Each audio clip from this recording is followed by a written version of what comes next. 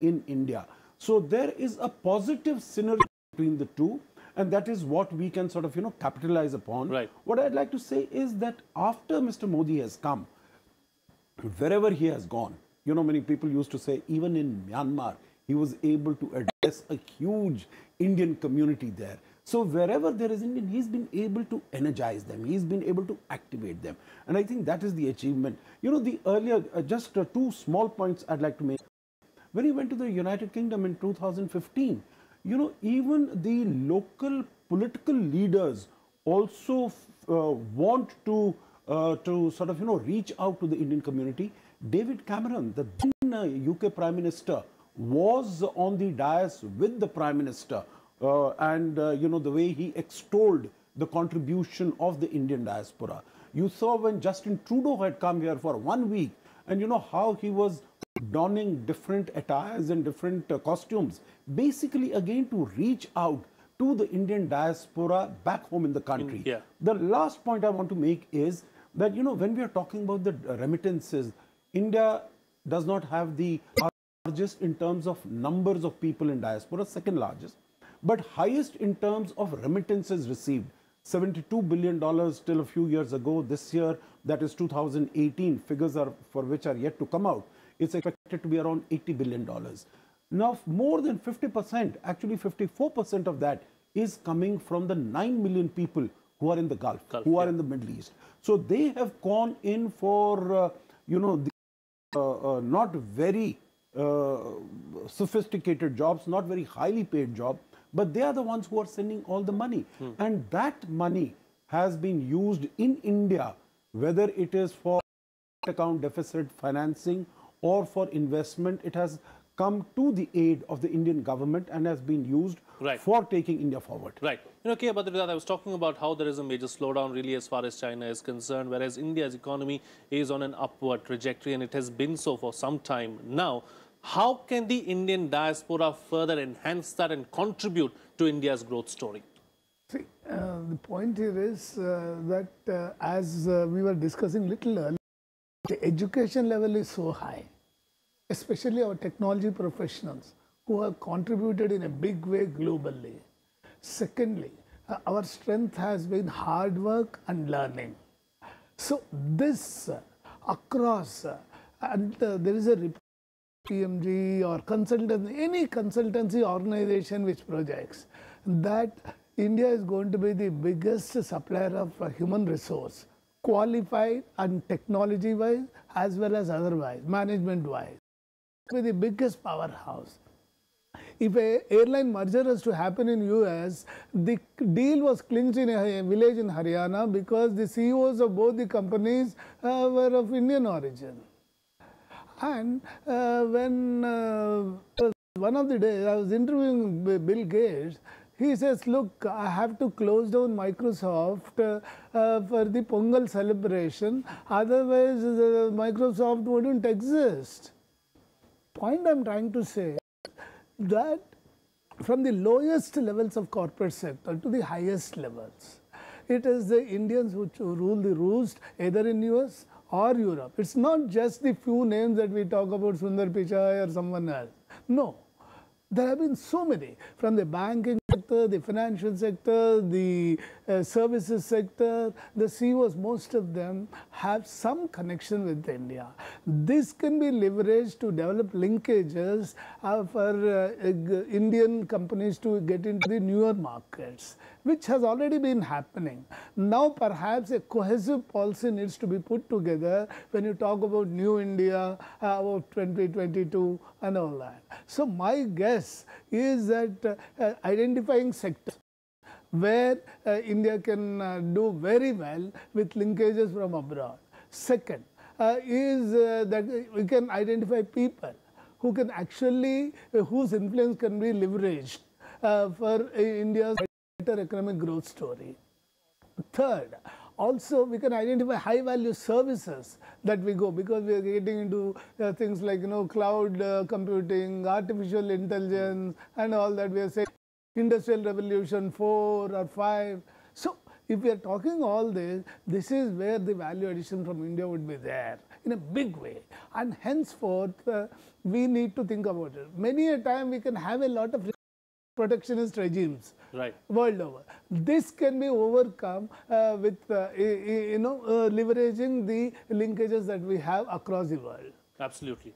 Sriram Chaulia, what are the expectations really as far as diaspora is concerned from India?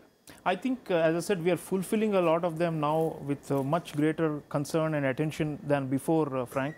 As far as their expectations go, many of these are consular in nature, like with relation to passports, when they have children, for them to get OCI cards, visas, e-visas for easy mobility and to come to India and to go back. Those kind of nitty-gritty things.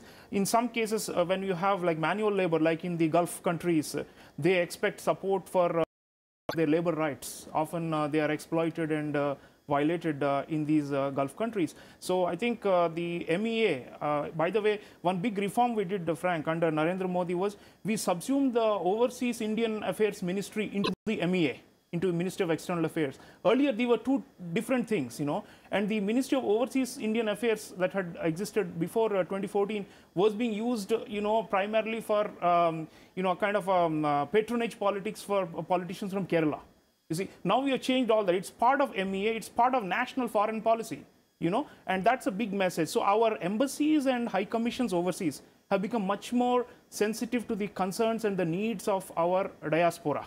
That's one. Second, what we have, they are also looking for, Indian governance, Indian, the cleanup of the governance system that we have seen the last 5 years to be promoted in a way that will give them greater, belief that they can put their money here. Like any other investors, some of them still have qualms about coming to India. So while we are attracting record FDI, we will need to do more to ease the entry of foreign funds into the country through the NRI and OCI channels. And I think what we also need to do better is to create maybe larger bodies of the OCIs. See, what has happened is they have been divided, and some of them within the same country, or sometimes, in Europe, for example, there are smaller communities, continental Europe, but each of them have their own associations and they're not necessarily merging. So I think they find strength in numbers.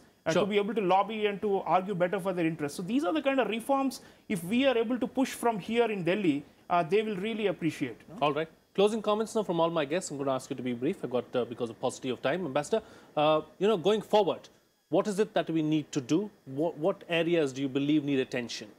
If we are looking at the contribution that the Indian diaspora can make in terms of building and developing a new India, then what is it that India is looking for? I think India is looking for technology. India is looking for capital.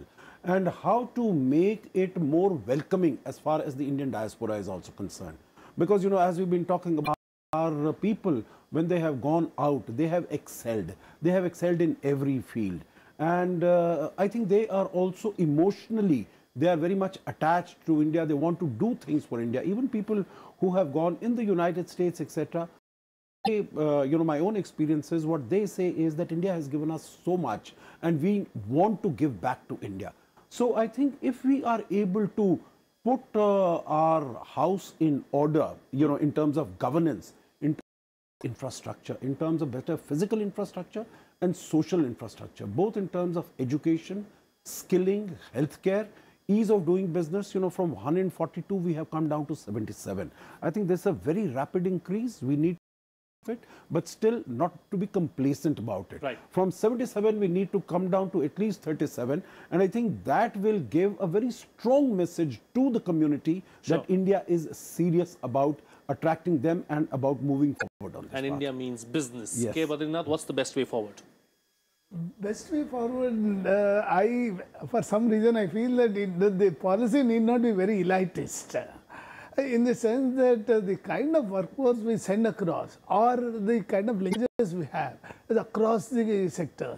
So what I guess is many a time happens Middle East, Far East, where our workers are there, face a lot of issues. Second, in many of the countries across Africa, many of our farmers from areas like Punjab, Haryana, Chandigarh, Himachal go there to do the farming and agriculture sector. So my guess is the policy should be more broad-based so that we link up with every kind of Indian origin people across. peace. Right. Right. So Don't that leave should be, don't leave anyone behind. Inclusive diplomacy may perhaps be the way out. All right. Sriram Cholya, close the show for us with your concluding remarks. Frank, for a long time, independent India thought that these were unwanted and that betrayed Mother India and gone away. And we thought that they were not giving back to us. But that umbilical cord has always existed culturally in the minds of the 31.2 million diaspora. Now we are tapping into that, and we are, making it concrete through appropriate policies under Narendra Modi ji. And I think we have now reached a point where we can say the diaspora has become a force multiplier for our foreign policy. So if India is stronger in the world, if India wants to be a great power in the future, a leading power as PM Modi ji calls, then this is going to be a very, very essential element, the diaspora and the cultural diplomacy that we are doing with them to take us forward and to put us in the league with China. For example, the Chinese diaspora and the Jewish diaspora, these are the two big ones who have been very successful in giving back to China or to Israel. And if the Indian diaspora can match up to those high standards, it's job done for this country. Absolutely. The diaspora is important for us, and the umbilical cord is still connected, and we need the diaspora as much as they need us, is what the panelists are suggesting. With that, it's a wrap on this edition of The Big Picture. Thank you to all my guests for joining me on the program and putting things into perspective for us. That's it from me. See you again next time.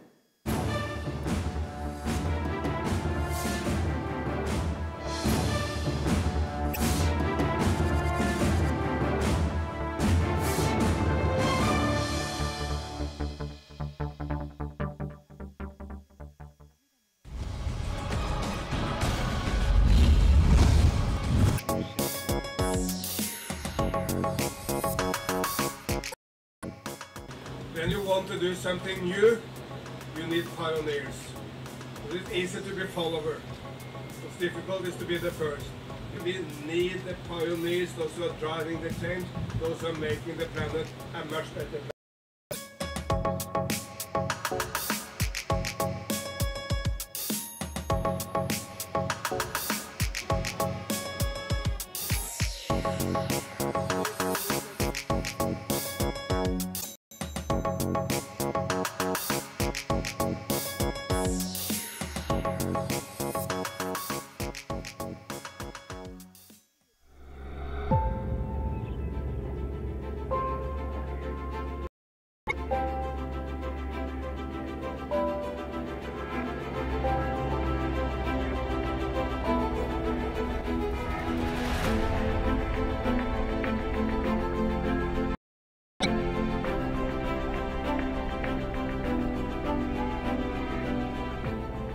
তারপরে সেই দিদিরা এখানে আনে ফেলে দেওয়া জিনিস থেকে যে সুন্দর সুন্দর জিনিস তৈরি করা যায় দিদিরা শিখিয়েছে সেই থেকে আমি কিছু বাচ্চার পেছনে পড়াশোনা খরচ করি।